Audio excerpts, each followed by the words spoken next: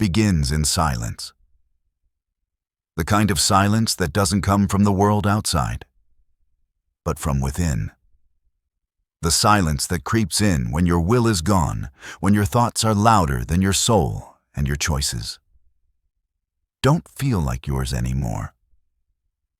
You sit in a room scrolling, thinking, chasing, doubting.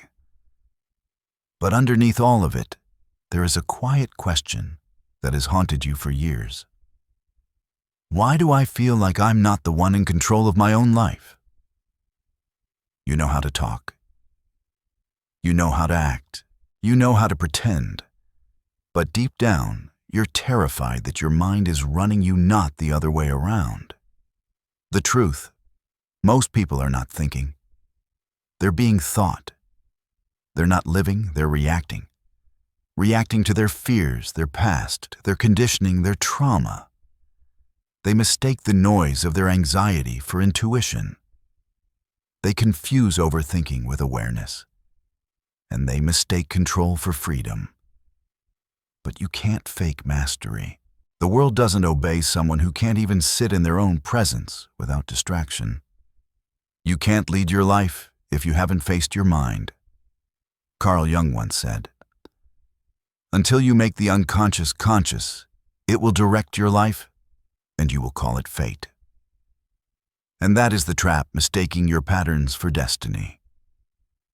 You've lived through heartbreak, shame, betrayal. And instead of digesting it, your mind built walls, mental reflexes to protect you. Overthinking became safety. People-pleasing became survival. Dissociation became peace. But this isn't peace. It's prison. A prison made not of bricks, but beliefs. Limiting thoughts dressed up as logic. Self-sabotage disguised as self-protection. And in that mental loop, you become your own captor. Most people think the mind is a tool. They forget it's also a mirror, a reflection of everything you've tried to avoid. Your fears don't live in your circumstances. They live in the meaning you assign to them. Your suffering isn't just about what happened to you. It's about the story you built around it. That story becomes your identity. And once your identity is built around wounds, you'll unconsciously seek out the same experiences just to stay consistent. That's why people stay stuck. That's why you might be stuck. Because your mind is trying to keep you safe, even if that safety feels like suffering. So the question is not, how do I control the world? The question is, who is in control of me? Until that question is answered, you are not free. You're owned by reactions you don't understand. You're pulled by desires that were never truly yours. You're stuck in emotional flashbacks dressed up as preferences. The world isn't resisting you, your own mind is. And here's the part nobody wants to admit. There is a strange comfort in not being in control. When life feels hard, it's easier to blame the world, the system, the ex, the economy. But when you realize that your own mind has been your enemy, that your thoughts have betrayed you, that your unconscious has been quietly steering the wheel, that's when the real war begins. Not the external one, the internal one. You think freedom is doing whatever you want, but freedom is doing what you truly choose, not what you're compulsively drawn to. You think power is in what you achieve, but true power is being able to observe a thought without obeying it, to feel a trigger without becoming it, to experience fear without collapsing into it. That's what makes someone untouchable. Not because they're numb, but because they're awake. When you master your mind, you don't eliminate chaos. You dissolve the illusion that you are at its mercy. And that's when everything begins to shift. The people you attract change. The opportunities you see multiply. The pain that once ruled you loses its voice. Why? Because the world obeys structure. And when your inner world becomes ordered, the external one responds in kind. The ancient Stoics called this the logos, the divine reason that governs the cosmos. Jung called it the self, the totality that integrates the conscious and the unconscious. Whatever name you give it, the truth remains the outer world mirrors the inner one. But before you can master your mind, you must enter it. Not as a tourist, not as a self-help consumer, but as a warrior.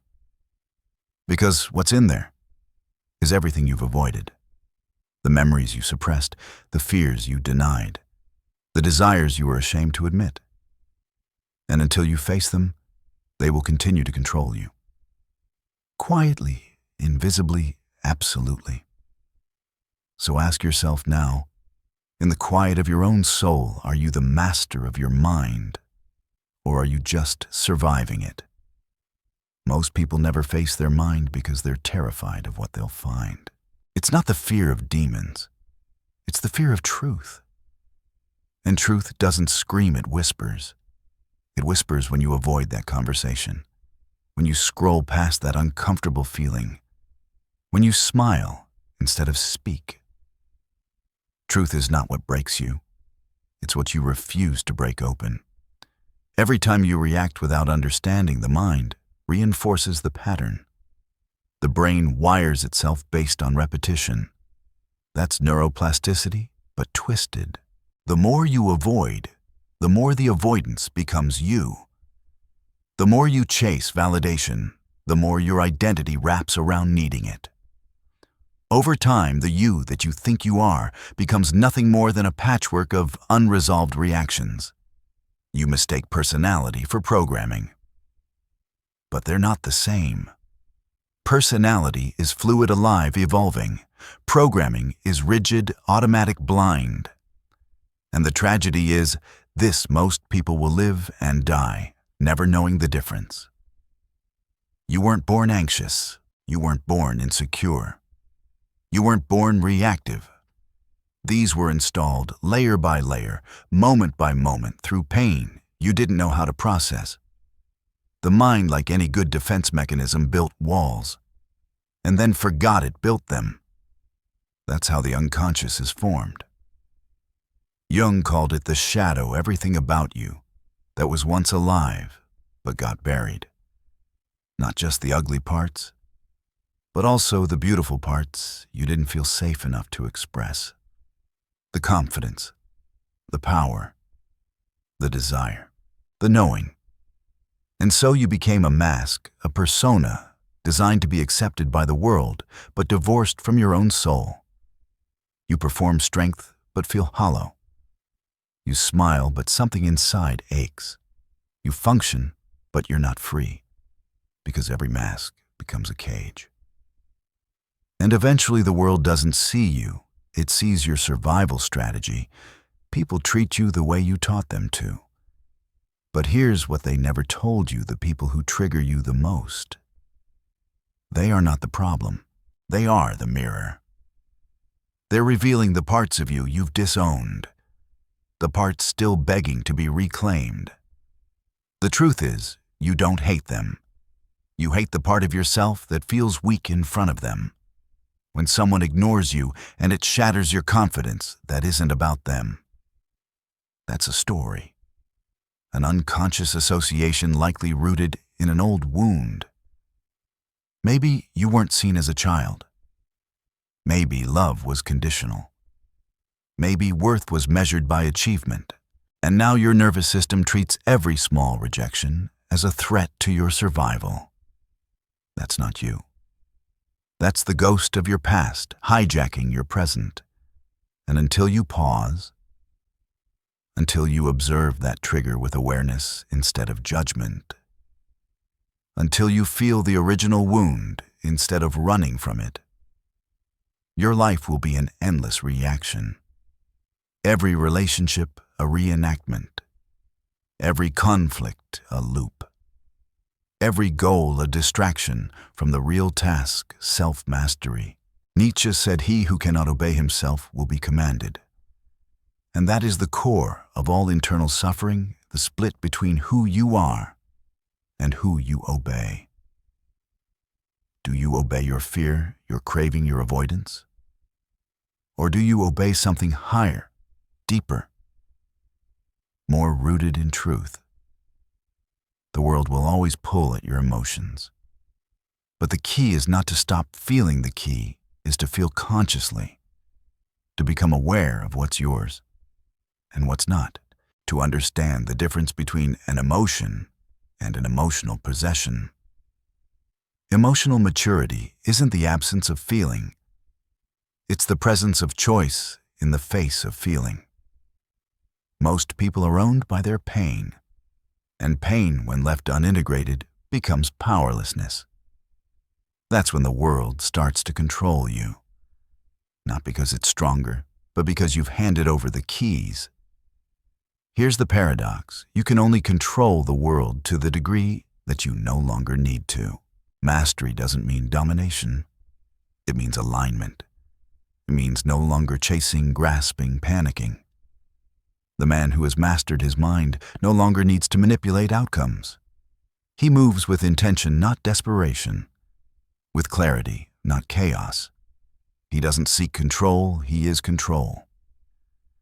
This is what Jung meant when he spoke of individuation, the integration of all psychic contents into a unified whole. The unconscious becomes conscious. The shadow becomes accepted. The fragmented self becomes one. And only then can the external world reflect your internal sovereignty. Until that happens, life feels random, chaotic, full of resistance. But when the inner world is mastered, the outer world obeys, not because it's changed, but because you have. The battlefield is not out there. It never was. The real war is fought inside, in silence, in stillness, in the moments where you feel the urge to react and choose not to. That is power. That is control. That is the beginning of your return to yourself. There is a moment in the stillness before dawn when the world seems to hold its breath. In that fragile space between night and day, you stand at the threshold of yourself. No noise of expectation, no echoes of the past, just you and the raw expanse of your mind. It is here in this absence of distraction that mastery begins. Not with strategy or willpower, but with attention, the simple act of noticing each thought as it arises and letting it pass without judgment. This is no small feat. It is in many ways the greatest rebellion against the tyranny of the mind. Think of your mind as a crowded marketplace. Vendors shouting promises, beggars pleading for scraps of attention, pickpockets ready to steal your peace. To master it, you must learn to become invisible, to move through the chaos without grabbing or recoiling. Each thought, like a vendor, offers something. A fear, a desire, a memory. And each time you reject or cling to it, you strengthen its claim. But when you simply observe, when you become the witness rather than a participant, you strip those thoughts of their power. You reveal their origin, a childhood wound, a cultural narrative, an unmet need. And once you see where they came from, you can decide how much authority they truly deserve. This is mindfulness, but not as a trendy buzzword. It is the ancient practice of consciousness itself. Adler spoke of the courageous act of being. Nietzsche called it self-overcoming. Jung named it consciousness. All point to the same truth: awareness is the crucible where transformation takes place. In awareness, the shadow loosens its grip. The voice of trauma becomes a whisper. The mind's compulsions surrender to choice. You begin to taste the space between stimulus and response, a space where freedom lives. But awareness alone is not enough. You must also excavate the stories that animate your inner world. The narrative you repeat when you wake at night: I am not enough. They will abandon me. I am defined by my mistakes. These stories are the architects of your suffering. They shape your reality by filtering every experience through a lens of old beliefs. To dismantle them, you must look at their blueprint. Ask, when did I learn this? Whose voice am I hearing? What did I gain by believing this, and what did I lose? This inquiry is ruthless. It is like taking a flame to your most cherished illusions. But freedom demands sacrifice, not of your dreams, but of the self-deceptions that strangle them. As you unearth these narratives, you will encounter the emptiness they conceal. That void is terrifying at first because you equate emptiness with meaninglessness. Yet, it is in that emptiness that new creation becomes possible. Nietzsche whispered to the abyss, and the abyss whispered back, "Become who you are." In this context, who you are is not a fixed endpoint, but a pulsating field of potential. It is the unique alchemy of your experiences, desires, fears, and aspirations. When you strip away the borrowed identities, son, daughter, leader, follower, you discover the self in its rawest form. Neither good nor bad, neither worthy nor unworthy. Just being. Within this beingness lies the seed of mastery. For when your identity is no longer anchored to external outcomes or internal dramas, you become unshakable. Criticism bounces off you like rain on polished stone. Praise no longer intoxicates or corrupts. Loss and gain lose their sting because neither can touch the ground of your presence. This is not detachment in the sense of indifference. It is detachment in the sense of sovereignty. You are no longer pawn to circumstance, but the steward of your own state. From this vantage, the world obeys, not because you impose your will, but because your will has become the vessel of conscious purpose. At first, this shift feels subtle, a quivering at the edge of perception. You notice you no longer collapse into anxiety when a message goes unread. You observe your anger as an accessory, not as your essence. You find moments of wonder in the ordinary, a bird's song, the curve of your breath, the warmth of sunlight on your skin. These glimpses of aliveness fuel your commitment to mastery because they remind you why it matters. To live unconsciously is to live in half-light, always missing the colors of reality. To live consciously is to stand in full daylight with all its clarity and complexity. Yet mastery is not perfection. Even the most awakened warriors will stumble. A harsh word from a loved one can reopen an old wound. A failure can trigger the shame you thought was buried. A moment of weakness can unveil how far you still have to go. But here's the distinction: the unmastered mind reacts. It spirals, ruminates, surrenders to self-condemnation. The mastered mind notices, breathes, and returns. It compasses the emotion, understands its contour, and lets it flow through. It grieves without drowning. It feels without becoming the feeling. This resilience is the hallmark of mastery. Not the absence of storms, but the ability to navigate them with clarity. And so you awaken to a new reality. You realize the world was never your enemy.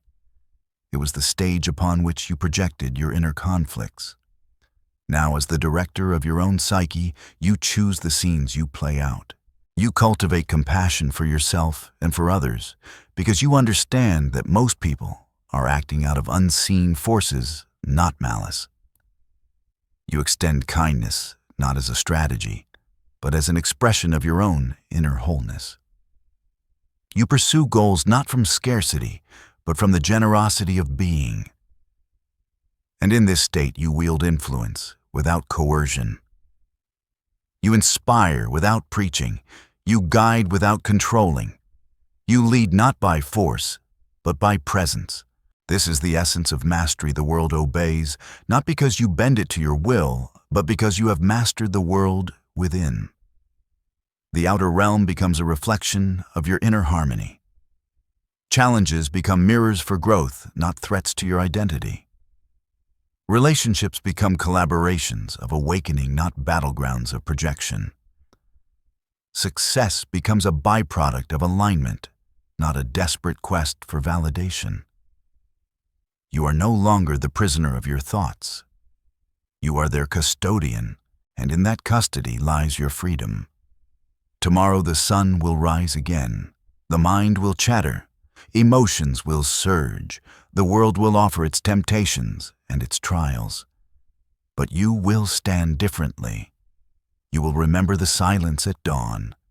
You will recall the space between stimulus and response. You will know that mastery is not a destination, it is a moment-by-moment choice to return home to yourself. And in that choice, the world unfolding in all its chaos and beauty will obey, because it mirrors the sovereignty you have claimed within. There is one final truth we must confront, and it may be the most difficult of all mastery, not in money, not in time, but in the death of who you used to be. Because you cannot become sovereign without betraying the version of yourself that needed to be liked, that needed to be saved, that needed the world to make sense before they could find peace. You will lose things. You will lose the desire to argue with people who cannot hear themselves. You will lose the urge to fix others in order to avoid facing your own pain. You will lose the comfort of victimhood because you can no longer hide behind the illusion that your mind is someone else's responsibility.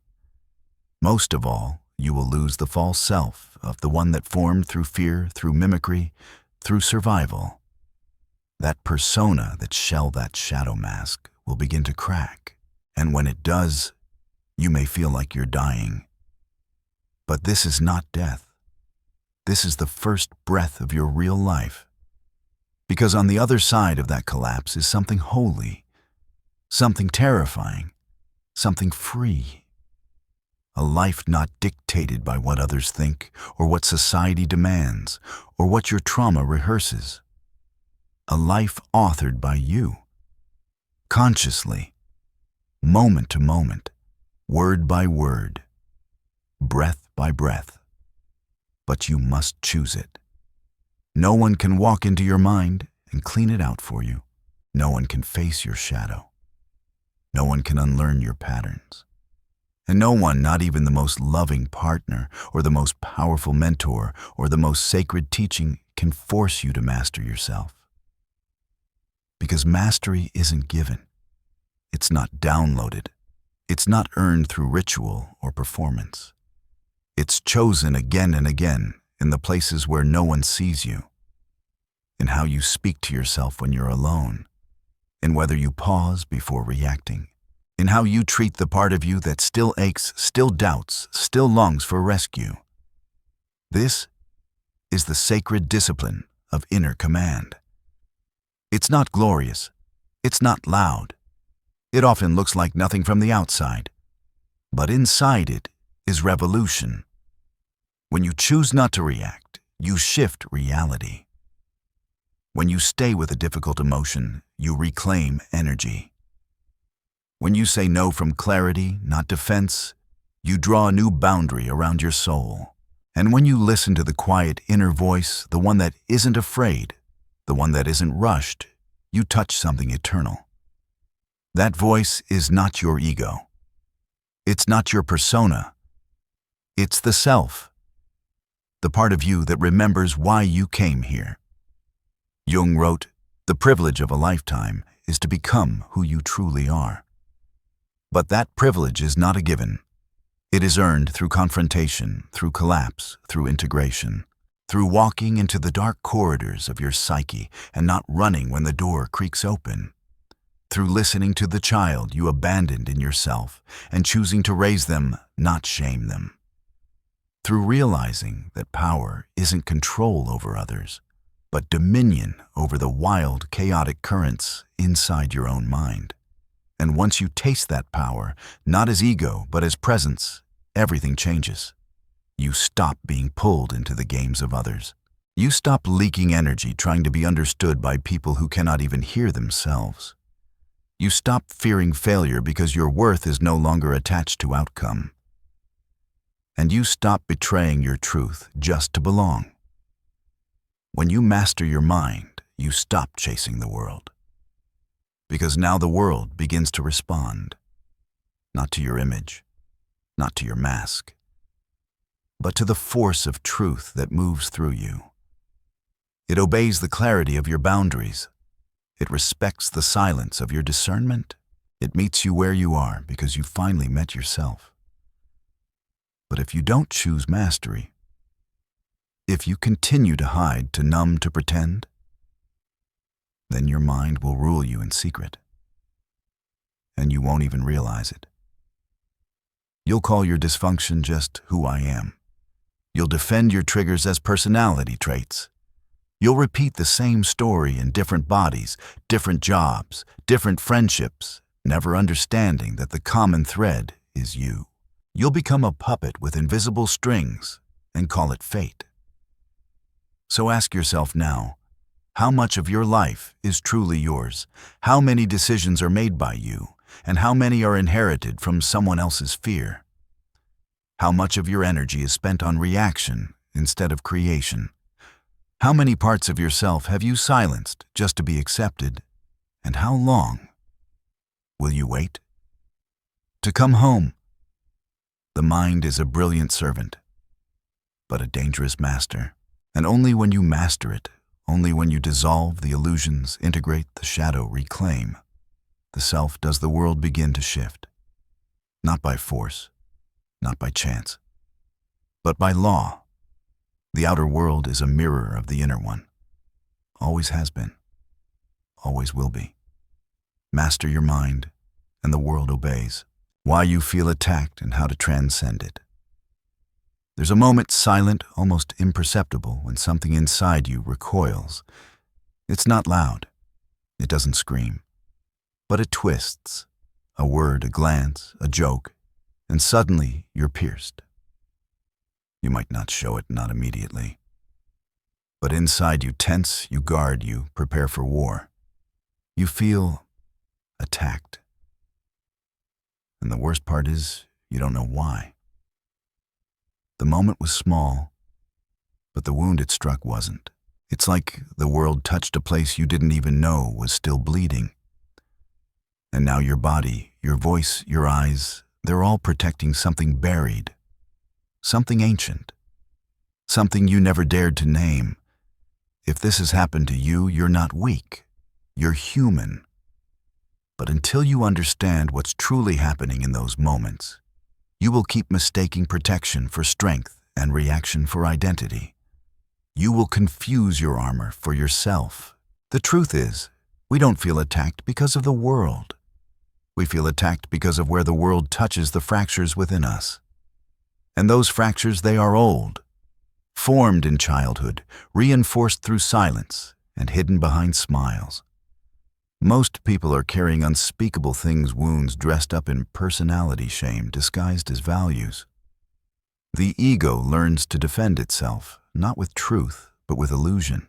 And so when life presses against that illusion, when someone speaks too directly, gets too close, or refuses to mirror your mask, your psyche interprets it as violence. Not because they hurt you, but because they reminded you of the place where you're still hurting yourself. This is the origin of why you feel attacked. Not because people are cruel, but because some part of you still believes you're not allowed to be seen without defense. You're still living from the wound. Carl Jung once said, "People will do anything, no matter how absurd, to avoid facing their own souls." And this avoidance becomes our daily script. We build entire identities around not feeling our pain. But pain doesn't disappear when ignored. It waits. And it speaks not in words, but in reactions. It speaks when your voice sharpens at someone's opinion. When your chest tightens in a conversation, you pretend doesn't matter. When you find yourself obsessing over what they said hours after they've forgotten you existed. You were never reacting to them. You were reacting to the story your pain whispered in that moment. The story that says you're not good enough. They don't respect you. You're always going to be dismissed. That story was not born yesterday. It is ancient. It began the first time you were misunderstood, belittled, punished for your feelings. And your psyche, in its brilliance, created a defense, a mask of competence, sarcasm, detachment, control. But underneath it, that same child, waiting to feel safe enough to simply exist without armor. And here is the tragedy. The mask protects the wound, but it also isolates it. You keep people at arm's length, not because you want to be alone, but because you don't want to be seen in your rawness. Vulnerability becomes danger. Authenticity becomes exposure, and so you live armored, emotionally distant, intellectually clever, spiritually numb. You feel attacked not because the world is hostile, but because your inner world is still at war with itself. This is what Jung called the shadow, the hidden part of the psyche that we reject, deny, or disown. And whenever life reflects this shadow back to us, we flinch. Not because it's false, but because it's too true. The parts of ourselves we refuse to love become the parts we cannot face in others. This is why a casual comment can ruin your day. This is why someone's confidence can feel like a threat. Why someone's indifference can ignite your rage. You're not reacting to them. You're reacting to the ghost they stirred inside you. Transcending this is not about becoming emotionless. It's not about suppressing your reactions or pretending nothing affects you. That's just another mask. No, the real work begins in stillness, in learning to pause, to breathe, to ask when that old wound flares. What story am I telling myself right now? Whose voice is this really when you begin to meet your reactions, not as facts, but as signals something shifts? The trigger becomes a teacher. The discomfort becomes a doorway. And slowly you begin to see the architecture of your emotional life. You begin to understand not just what you feel, but why. This is the beginning of inner sovereignty. The moment you stop blaming the world for your wounds and start listening to what those wounds are still asking from you. And here's what they're asking beneath all the defenses. Can you love the part of yourself that was never protected? Not fix. Not explain. Just love. Because until you do, you will continue to confuse truth with threat, intimacy with danger, and self-awareness with shame. You will continue to armor yourself, only to wonder why no one truly sees you. But if you can sit with the rawness, if you can befriend the exact part of you that feels most broken, then what once attacked you becomes the mirror that reveals you. And that is where the transcendence begins. Most people never realize this. What offends you reveals you. Not in the shallow moralistic sense that you should simply get over it, but in the deeper psychological truth that what disturbs your peace is often a signpost pointing to unhealed terrain. Your anger, your defensiveness, your sudden coldness, they are not flaws. They are messages. They are the psyche's language crying out. There is something here you must turn toward. But instead you turn away. You label the other as toxic, arrogant, inconsiderate. You focus outward. You criticize, withdraw, attack back because it is easier to demonize the world than to question your identity. But growth begins where blame ends. Because the truth is brutal, nobody can attack you unless there's a part of you still dependent on their validation. Nobody can humiliate you unless there's a wound within you, already convinced that you are not enough. This isn't your fault. This is the human condition born from years of conditional love, societal scripts, and unspoken pain. But the more unconscious you remain of this pattern, the more enslaved you become to it. This is where depth psychology becomes essential. Carl Jung taught that the unconscious is not just a place of darkness, but a reservoir of transformation.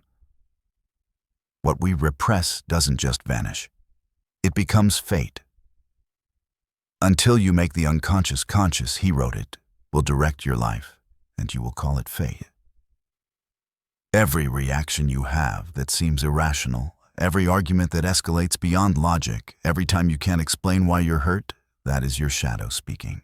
Not the mask you wear in public, but the part of you that remembers every betrayal, every dismissal, every moment you swallowed your truth to keep the peace.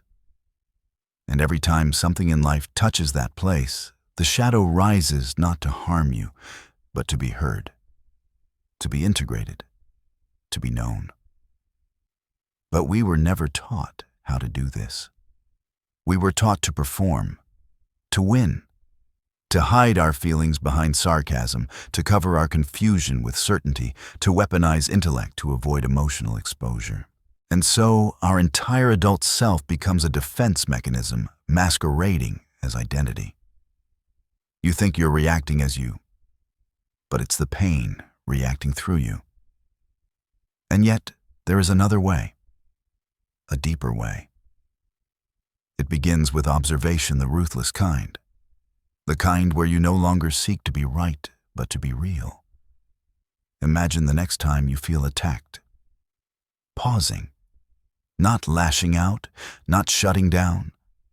Just pausing and asking, what exactly did I feel when they said that? Was it rejection?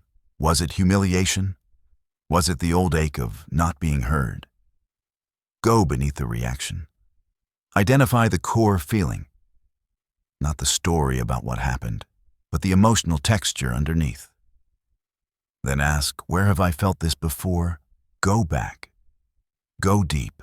You'll often find that what feels like a present insult, is really an echo of a much older pain, one that has remained unresolved, hidden in the crevices of your emotional memory. And this is where self-awareness becomes an act of liberation. When you see your reaction for what it is, a defense of a younger self still yearning for protection, you begin to unhook from it. You stop identifying with the trigger. You stop letting it drive your behavior. You stop needing to win the argument or prove your worth. Instead, you hold the wound with awareness. You become the witness rather than the actor. And in that space of presence, the pattern begins to lose its grip. You begin to feel a strange kind of power, not over others, but over your own inner state. The world no longer defines you. You are no longer pulled into every drama, every perceived offense, every emotional storm. You are anchored, centered, awake, not because you've hardened, but because you've healed. There's a certain strength that comes from knowing you no longer need to defend a false self. When you stop living from your wound, criticism becomes feedback, not condemnation. Conflict becomes an opportunity to understand, not a war to win. You begin to speak with clarity, not as a weapon, but as an offering. You stop needing others to validate your truth because you finally made peace with it yourself. This is not easy. It is not fast. It requires dying to your old identity, the version of you that was built to survive. But what rises in its place is something rare, something untouchable, a self that doesn't flinch at shadows because it no longer fears its own. This is what Alfred Adler meant when he spoke of courage, not the kind that dominates others, but the kind that dares to face oneself. Most people avoid their emotional life because they fear what they'll find. But avoiding the truth doesn't protect you. It fragments you. And in that fragmentation, you become vulnerable to everything, every slight, every insult, every rejection. You feel attacked because your psyche is trying to protect a house built on unacknowledged pain. But when you choose to face that pain, when you walk back into the emotional rooms you abandoned long ago, you begin to clean them. You begin to reclaim them, and suddenly the things that used to pierce you no longer hold the same power. You no longer react. You respond. And that subtle shift from reaction to response is the beginning of mastery. But here's where the truth deepens. Not every wound is yours alone. Some of what you carry, you inherited. Patterns of emotional avoidance, overreaction, perfectionism, the fear of being seen as weak. They often come from the emotional landscapes you were born into. Generations of unspoken pain passed down, not through words, but through the nervous system. A cold parent who couldn't hold your sadness because no one ever held theirs. A teacher who humiliated your question because they were once shamed for not knowing. A friend who betrayed your trust because they've never known how to keep their own. These echoes live in you, not just as memories, but as unconscious templates for how you interpret the world. So when you feel attacked, ask not only what part of me is hurting, but also whose voice am I still reacting to? Because sometimes you are not responding to the moment. You are responding to a lineage of unresolved grief. To transcend this is to break the cycle. Not by blaming the past, but by becoming conscious within it. You must become the witness who sees the generational pattern not as a curse, but as a challenge, an invitation to evolve. Because if you don't become conscious of it, you will pass it on. Not in the same form, perhaps, but through emotional distance, through defensiveness, through a life of silent resentment that never dares to speak its truth. And so when you begin this work, when you choose to turn inward instead of outward, you are doing something heroic. You are stopping the momentum of 1,000 wounds. You are saying, this ends with me. Not because you figured it all out, but because you finally had enough of living as a reaction to pain. This is what true power looks like. Not the domination of others, not the ability to control the room or win the argument, but the quiet, steady presence of someone who no longer flinches in the face of their own vulnerability. The one who knows their triggers holds their wounds with tenderness and chooses truth over protection. In a world addicted to blame and projection, this kind of inner stillness is radical. It is rare. And it is deeply unsettling to those who are still owned by their shadow. You may lose people as you step into this awareness, people who only knew you by your defense mechanisms. People who needed you to stay reactive so they could stay comfortable. But let them go. Their attachment was not to your soul, but to your mask. The further you walk this path, the more you realize feeling attacked was never about what they said. It was about what you feared was true. And when that fear is met, not with judgment, but with understanding, it begins to dissolve. The wound no longer defines you. You don't need to hide it or weaponize it or prove anything because of it. You simply let it be. And in that stillness, your entire relationship with conflict begins to change. You stop looking for safety in being right. You stop needing others to see you as strong. You stop performing a version of yourself that keeps you protected, but lonely. Instead, you begin to live from a deeper place, one that doesn't fear exposure because it has nothing left to hide. Nietzsche once wrote, "He who has a why to live can bear almost any how." And this applies not only to life's great trials, but to the small, sharp moments where you feel pierced by the world. When you know why you react, when you've traced it back named, it made peace with it. The how of life no longer shatters you. You remain rooted, grounded, not because you are numb, but because you are whole. And wholeness is what we are ultimately after. Not perfection, not invulnerability, but a self that can face every part of its own inner landscape, even the parts once exiled in shame. This work is not for the faint of heart. It will ask you to feel everything you once avoided, to dismantle everything you once believed about yourself, to sit in silence while the old defenses die. But what remains is truth. And truth does not need defense. It does not need validation. It simply is. And once you begin to live from that place, once you start choosing response over reaction awareness, over protection, you will notice a quiet shift. The same situations that once inflamed you now barely move you. The same people who once disarmed you now seem small. Not because you've become superior, but because you've reclaimed the power you once gave away. And with that power comes something unexpected: compassion. Because when you've done the work of meeting your own shadow, you can finally see the shadow in others. You no longer take it personally. You no longer get caught in their storm. You understand they're not attacking you. They're defending themselves. Just like you once did. Just like you still might. But now you choose differently. You stay present. You stay soft.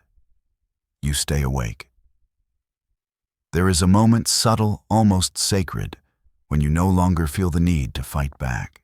When someone speaks from their own wound, and instead of meeting them with your own, you just breathe. You don't shrink. You don't explode.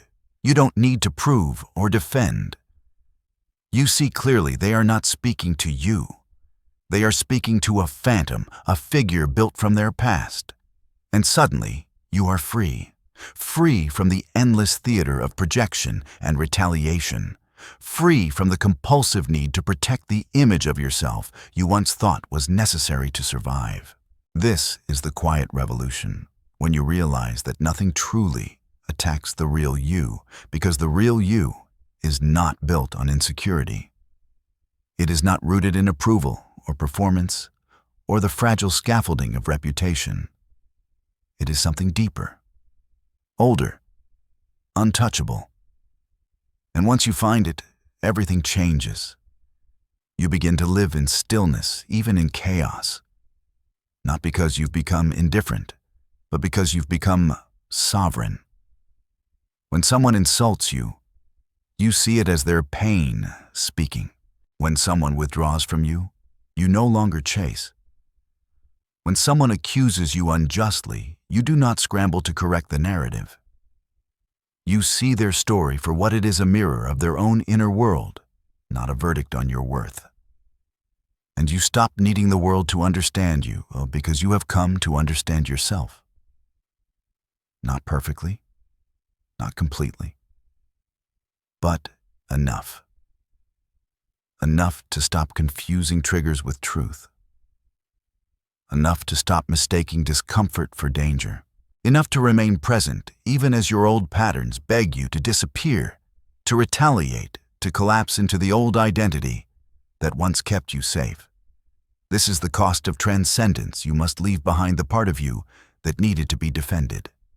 The part that sought safety and control, love in approval, identity in opposition. That version of you, the reactive self, is not bad. It was born in necessity. It survived for you. But it cannot lead you into a higher life. It cannot give you peace, because peace is not found in reaction. Peace is the absence of resistance to what is. And what is that sometimes people will misunderstand you. Sometimes they will betray you. Sometimes they will say things that sting. But none of it can touch what you have reclaimed within. The wound may still ache, but it no longer owns you. What remains when nothing is defended is truth. A raw, sacred truth. You are not the story someone else tells about you. You are not the voice in your head that mimics every past criticism. You are not the armor. You are not the trigger. You are what notices it. You are the awareness behind it. And that awareness, when no longer hijacked by fear, becomes compassion. The compassion to hold your own complexity. The compassion to see others not as enemies, but as fellow souls, equally lost, equally afraid, equally wounded. When you truly understand why you feel attacked, you stop participating in the war. You stop trying to win, and instead, you begin to listen. You begin to feel. And from that place, you begin to choose. You choose when to speak and when to stay silent. You choose what you carry and what you set down. You choose who you become, not by controlling the world, but by meeting yourself where you once abandoned your truth. And this ultimately is how you transcend, not by rising above the human experience, but by entering it more fully, by touching the exact places that once made you react and staying there, breathing there, loving there, until they no longer scare you. But make no mistake, this path is not easy. You will still be tempted to armor up, to lash out, to fold. Old wounds don't vanish, they whisper. They test. But now you have something they didn't expect: presence. You will hear the voice of your shadow, but you won't obey it. You will feel the sting of old narratives, but you won't live inside them. You will sense the surge of reaction, but you will choose the stillness instead. That stillness is not weakness. It is not suppression. It is not detachment. It is power, the power to remain whole in a world that profits from your fragmentation. And if you hold that wholeness long enough, something extraordinary happens. What once attacked you becomes irrelevant. Not because the world has changed, but because you have. You are no longer at war with yourself. And a person who is no longer at war with themselves cannot be conquered by the world. They are free. So ask yourself now quietly, honestly, who am I when I no longer feel the need to defend? Who could I become if I stopped living as a reaction? And what might happen if I met the next attack with nothing but awareness? The answer is waiting. Not out there, but in the silence beneath your reaction.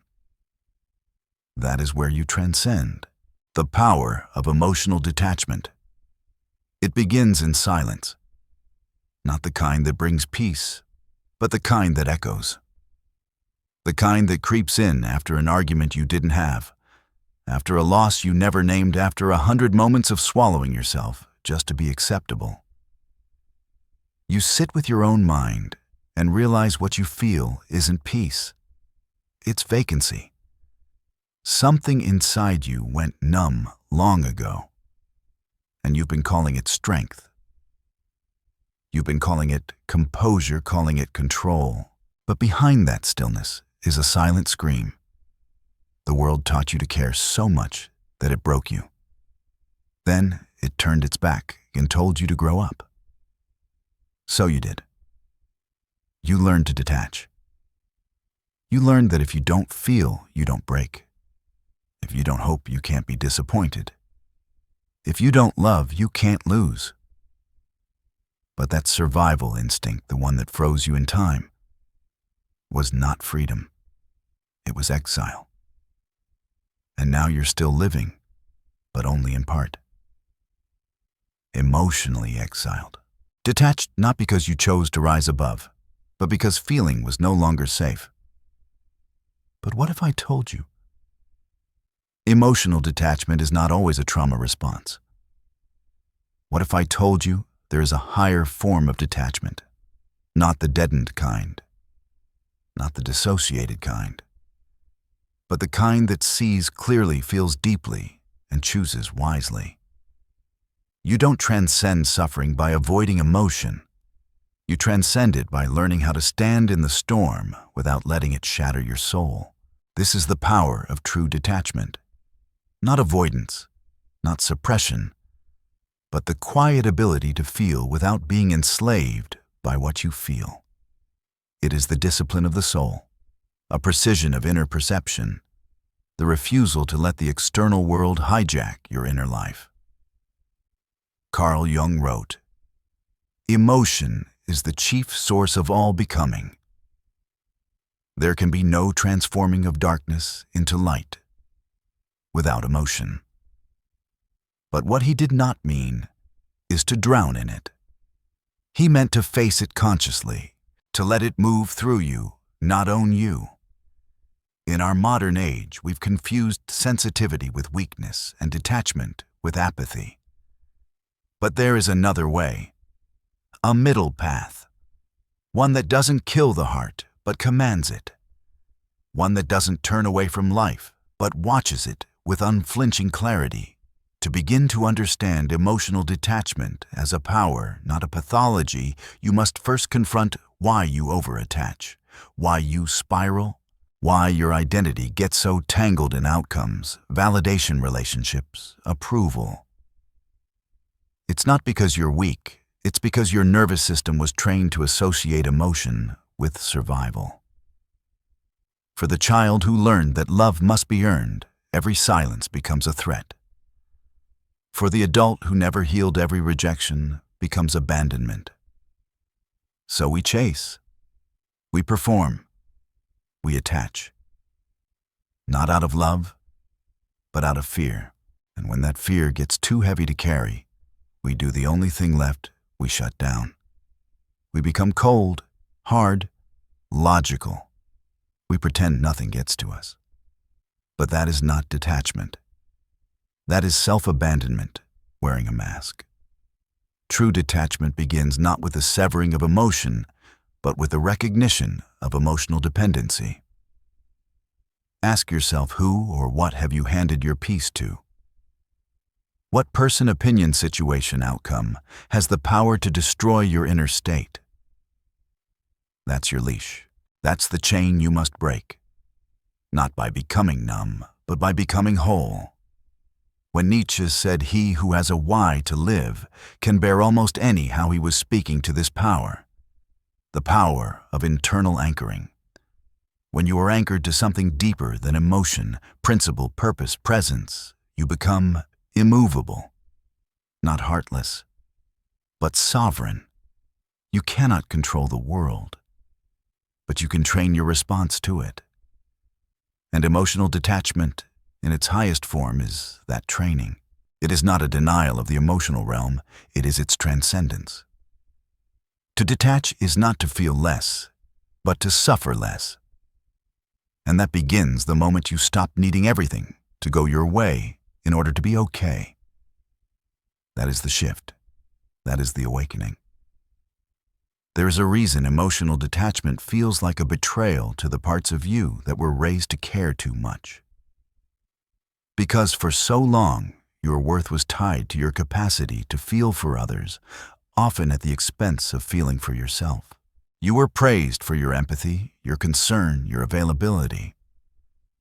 But no one taught you boundaries. No one taught you that you could love without losing yourself. And so your emotions became leashes. Every disappointment pierced deeper than it should have. Every conflict felt like a personal failure. Every silence from someone you loved became unbearable. Why? Because somewhere along the way you internalized the belief that other people's emotional states defined your value, that love meant merging, that caring meant surrendering, that emotional intensity meant authenticity. But the truth is, intensity without clarity is chaos. It is not strength, it is possession. Emotional detachment in its truest form is not the death of care. It is the refinement of it. It is when you finally realize your feelings are real, but they are not always true. Your reactions are valid, but they are not always wise. Your empathy is a gift, but it must be directed, not drained. This is what Adler understood when he emphasized the importance of self-determination. We are not passive victims of our emotions. We are not at their mercy. We are their sculptors if we choose to be. But first, you must get honest. You must ask yourself what you've been using emotion to hide from. Rage that covers helplessness. sadness that covers shame, obsession that covers abandonment. Most of our emotional suffering doesn't come from the present. It comes from the unconscious replaying of wounds left open in childhood. This is where Jung's shadow comes in, the part of you that still grieves the moments it never got to process, the part of you that still chases what it never received. Emotional detachment begins when you stop feeding the shadow with external distractions, when you stop giving your energy to what will never give you meaning, when you begin to sit with the wound, not as a victim, but as an observer. To observe is not to avoid. It is to reclaim power.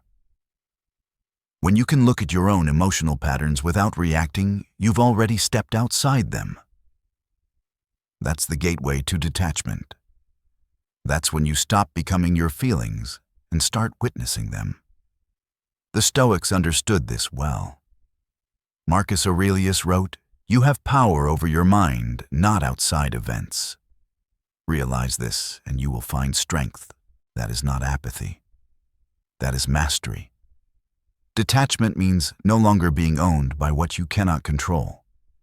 It means accepting that people will misunderstand, leave you, change, betray, adore, ignore, and none of it needs to determine your worth.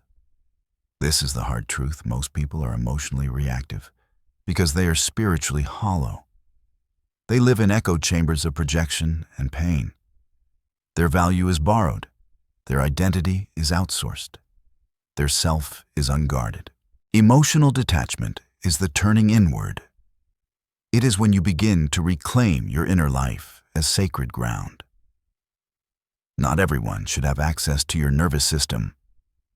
Not every thought deserves your attention. Not every feeling requires your engagement. But here is the paradox: you cannot truly detach until you've fully felt, until you've let the grief rise, until you've screamed into pillows torn open, old wounds cried in the dark, whispered truths you swore you'd never admit. That is the purification. Because what you don't feel, you carry. And what you carry, you become. You cannot detach from what you've never acknowledged. You cannot rise above what you haven't descended into. That is why true detachment is earned, not faked. It is the quiet confidence that emerges only after your inner world has been rebuilt on something deeper than need. So what remains when all the roles are stripped away? Who are you when no one needs you, no one validates you, no one mirrors you? That is where detachment takes you, to that bare, terrifying freedom. And if you can sit in it, breathe in it, stay in it, without clinging, you will know something most never do: the strength of being enough for yourself. There is a turning point in every inward journey, a moment when your mind is screaming for someone to fix it, to hold you, to tell you that you're right, that you're loved, that everything will make sense if you just wait long enough. But silence answers. And in that silence, something deeper than hope begins to form. Something less comforting, but more real. This is where emotional detachment ceases to be an idea and becomes a lived initiation. When you stop needing the world to behave, when you stop pleading with reality to make exceptions for your pain, when you stop negotiating your peace in exchange for someone else's attention. This is the crucifixion of the old self, the one that always reached outward to feel whole. You realize with a strange mix of grief and liberation that no one is coming. And at the same time, no one needs to. Because what you were looking for, stability, stillness, sovereignty, has been buried beneath your own noise all along. This is not the kind of message that makes for a happy ending.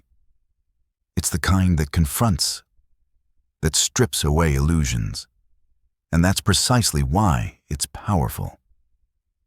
Because emotional detachment is not a goal, it is a byproduct of self-possession, of self-trust, of no longer allowing your nervous system to be dictated by the chaos of others. When you reach this point, it is not that you feel less, it's that you no longer collapse under the weight of what you feel. You recognize anger not as a threat, but as information. You recognize grief not as an enemy, but as a sacred right. You recognize attachment not as love, but as fear in disguise. That recognition gives you space, and in that space, the power to choose. No longer reactive, no longer dependent, simply aware. Friedrich Nietzsche once said, "The higher we soar, the smaller we appear to those who cannot fly." Detachment makes you appear distant to those still ruled by chaos. You will be called cold, uncaring, arrogant. But do not mistake their projections for truth. Most people aren't ready to meet someone who doesn't need them, who cannot be manipulated by approval or silence, who listens but doesn't absorb, who loves but does not lose themselves in love. Detachment threatens those still in emotional servitude, but it frees you. It lets you remain still in storms. It allows you to say no without guilt to end a relationship, without hatred to walk away. Not because you stopped caring, but because you finally started. This is the soul's maturation, to feel everything and still remain centered, to see through illusions and still offer kindness, to be surrounded by noise, but ruled by none of it. It is not that you renounce emotion, it's that you no longer bargain with it. You allow it to pass through you like wind through open hands, touched but not held. You mourn but do not collapse. You love but do not grasp. You fall but you do not shatter. This strength is invisible to those who measure power by performance. It is quiet, internal. But make no mistake, it is formidable, because once you are no longer swayed by praise or paralyzed by rejection, once you no longer chase what abandons you or cling to what confuses you, you become dangerous, not to others, but to every system that depends on your insecurity to survive. You become a threat to the emotional economy of dependency and need. And in that rebellion, you find peace. Not because everything is okay, but because you no longer demand that it be. What then remains when all emotion has been honored, but none of it worshipped? When you've stared into the mirror of your grief, touched the raw nerve of your longing, and finally stopped asking the world to make it go away, what remains is not emptiness, it is clarity. What remains is you. Not the you that was shaped by other people's desires, not the you that bent to survive, but the quiet, untouchable center of you that has always been there, watching, waiting, unafraid. Emotional detachment leads you here, not to isolation, not to apathy, but to a deeper intimacy with life itself. One that no longer requires control to feel safe, no longer requires certainty to feel stable, no longer requires chaos to feel alive. There is a moment in this journey when you stop seeking peace from the outside world. You stop asking others to behave so you can feel calm. You stop needing things to go your way in order to breathe. This is the emancipation of the soul. You realize that your reactions were never truly about the present moment, they were echoes. Echoes of wounds you didn't cause, but inherited. Echoes of needs you never voiced. Echoes of fears you didn't recognize until they were already driving your choices. And now, for the first time, you choose not to echo anymore. You choose to respond instead of react, to observe instead of absorb, to feel without drowning. This is what it means to reclaim your inner world. But there is a cost. Detachment demands death, the death of illusions, the death of compulsions, the death of the false self that thought being needed was the same as being loved. That death hurts, because it takes with it the comfort of old dysfunction. It asks you to let go of stories that once protected you, But in that loss is also liberation. And what rises in its place is not a better mask, it's presence. Presence without demand, awareness without narrative, connection without addiction. A relationship to life that is no longer built on survival, but on sovereignty. Do not confuse this with indifference.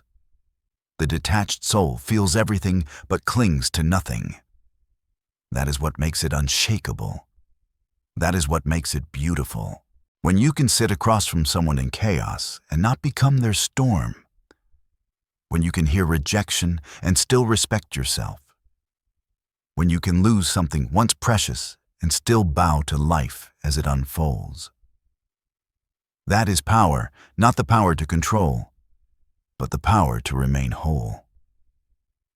And if you do not choose this path, what happens? You remain at the mercy of everything you feel. You mistake anxiety for intuition. You confuse attachment for love. You chase validation like oxygen, mistaking every reply, every returned message as proof that you exist. You become reactive, exhausted, manipulated by your own need to matter. And you will call this passion. You will call it sensitivity. But what it really is bondage. The choice then is not whether or not you feel. It is how you hold what you feel. Do you let it run your life? Or do you learn to hold it, see it breathe through it, and release? Emotional detachment is the art of staying soft and solid, open but guarded, loving but free. It is the discipline of staying seated in your own being, no matter who enters or exits the room. And once you've tasted it, this depth of internal rootedness, everything else feels like noise. This is not a theory. It is not a mindset. It is a transformation. And it begins the moment you stop asking the world to save you from yourself. Let it all rise. Let it all move. Then let it all go and remain.